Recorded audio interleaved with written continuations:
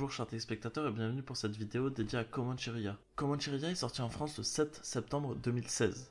Au casting, on retrouve Chris Pine, Ben Foster ainsi que Jeff Bridges. Le film raconte l'histoire de deux frères, donc qui sont Chris Pine et Ben Foster, qui à la suite de la mort de leur mère organisent une série de braquages afin de ne pas perdre la propriété qu'elle leur a léguée. Le scénariste David Mackenzie explique avoir voulu mettre en scène Comancheria pour plusieurs raisons. L'une des principales raisons est qu'il ne s'agit pas d'une histoire manichéenne. Donc pour ceux qui ne savent pas, manichéenne, c'est qu'en gros, le film ne se résume pas à d'un côté le bien, d'un côté le mal. Il n'y a pas les méchants contre les gentils, c'est plus complexe que ça. Il explique donc que ce qui l'a intéressé dans ce projet, c'est qu'il met en scène ce qu'il appelle la criminalité rédemptrice. Autrement dit, on s'attache à des personnages honnêtes qui transgressent la loi pour des raisons légitimes. Excusez-moi. Il explique aussi que c'est un croisement très rare entre le western, la comédie, le film de braquage et le road movie. Comancheria marque la seconde collaboration entre Chris Pine et Ben Foster puisqu'on a pu les retrouver à l'affiche de The Finest Hours début 2016. La Comancheria est le nom donné à la région habitée par les Comanches avant 1860. Elle englobe l'actuel état du Nouveau-Mexique, l'ouest du Texas ainsi que d'autres territoires. Indiens, latinos et texans y cohabitent aujourd'hui. Beaucoup y souffrent de pauvreté et d'une criminalité toujours plus impitoyable liée à la drogue et au cartel mexicain.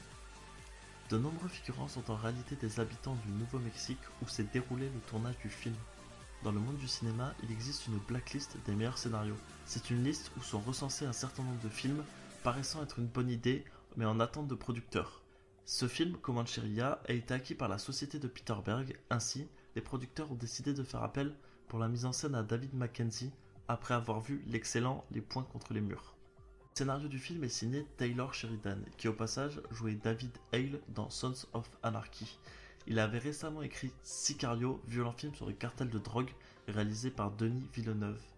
Il voit ces deux scripts comme les deux premiers volets d'une trilogie sur ce qu'il appelle le Nouvel Ouest.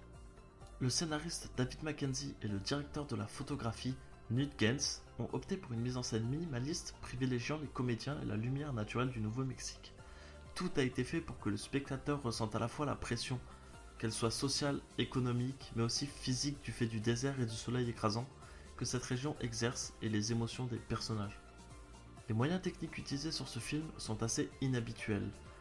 Par exemple, pour évoquer le western, David Mackenzie a utilisé des caméras numériques de haute précision et au format scope pour que le style visuel du film soit contemporain. Par ailleurs, il a aussi réduit au maximum le matériel de tournage. Par exemple, il n'a pas utilisé de clap et de script sur le plateau et a même monté le film en même temps que le tournage. Dans une optique de réalisme, les décors naturels ont été privilégiés. La productrice Julie Yorn explique qu'en faisant des repérages, elle a par exemple été attentive au nombre de banques qui ont dû fermer leurs portes. Elle explique aussi que la production a rencontré des propriétaires terriens en crise, tout comme Toby et Tanner. Elle constatait alors sur le terrain à quel point l'histoire était réaliste.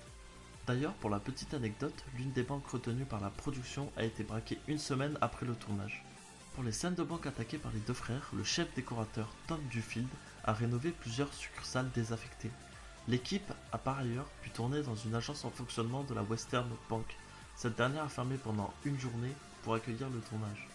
Pour la scène du premier braquage, donc celle qui est tout au début du film si vous l'avez vu, l'équipe souhaitait poser ses caméras dans les villes d'Archer City où a été tournée la dernière séance en 1971, mais pour des raisons de budget, elle n'a pas pu y tourner.